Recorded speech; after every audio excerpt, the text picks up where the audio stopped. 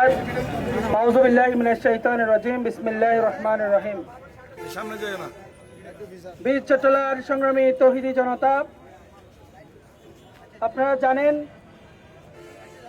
মুসলমানের কলিজার টুকরা, আমাদের সম্মানের, আমাদের মাতার তাজ লা ইলাহা ইল্লাল্লাহ মুহাম্মাদুর রাসূলুল্লাহ আমাদের পতাকাকে উগ্র হিন্দুত্ববাদীরা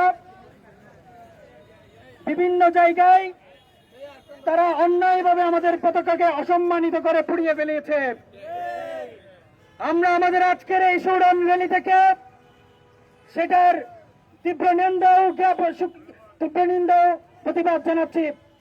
সম্মানিত উপস্থিতি, আপনারা জানেন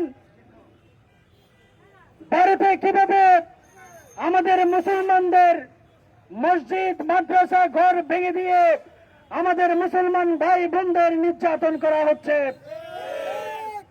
তারই পরিপ্রেক্ষিতে, তারই ধারাবাহিকতায় ভারতের প্রেসক্রিপশনে বাংলাদেশের উগ্রবাদী হিন্দুত্ববাদ কায়েম করার জন্য, অখণ্ড ভারত প্রতিষ্ঠার জন্য আজকে বেশ কিছুদিন ধরে তারা উগ্রতা ছড়িয়ে দিচ্ছে বাংলাদেশের জনমনে, জনসাধারণের মাঝে।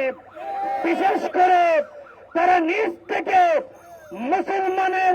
মুসলমানদেরকে অন্যায়ভাবে হিংসাত্মকমূলক ভাষণের মাধ্যমে তারা আমাদেরকে উস্কানিমূলক কথাবার্তা বলছে। আমরা স্পষ্ট ভাষায় হুঁশিয়ারি করে বলে দিতে চাই, আমরা কারো রক্তচক্ষুকে উপেক্ষা করি না।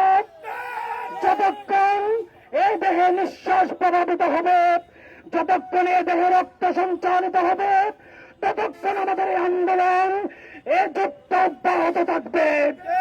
হাজারো প্রতিকূলতার মধ্যে দিয়ে আজকে আমরা এই পর্যায়ে এসেছি। আমরা বাংলাদেশের মুসলমান কোন শেওলা নয়, কোন বন্যার জল নয় যা আমরা দেশে যাব। আমাদেরকে কেউ চোখ রাঙানি দিলে আমরা চোখ রাঙানি দেব। আমাদেরকে কেউ এক আঙ্গুল দেখালে আমরা তার পরিপ্রেক্ষিতে 10 আঙ্গুল দেখাবো। তারপরেও আমরা কাউকে ছাড় দিব না ইনশাআল্লাহ। আপনারা জানেন কিছুদিন আগে আমাদের শহীদ আলিফ ভাইকে হত্যা করা হয়েছে।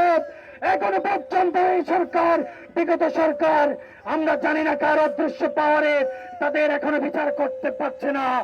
আমরা আজকের এই মিছিল থেকে আমার শহীদ আলিফ ভাইয়ের হত্যাকারীদের, বিশেষ করে চিন্ময় প্রভু, যার নাম আপনারা শুনেছেন, এই ইসকন জঙ্গি পরিকল্পিতভাবে ইসকনের আড়ালে, ধর্মের আড়ালে আমাদের মুসলমানদেরকে পরিকল্পিতভাবে হত্যা করার নীল নকশা বাস্তবায়ন করে যাচ্ছে বাংলাদেশে।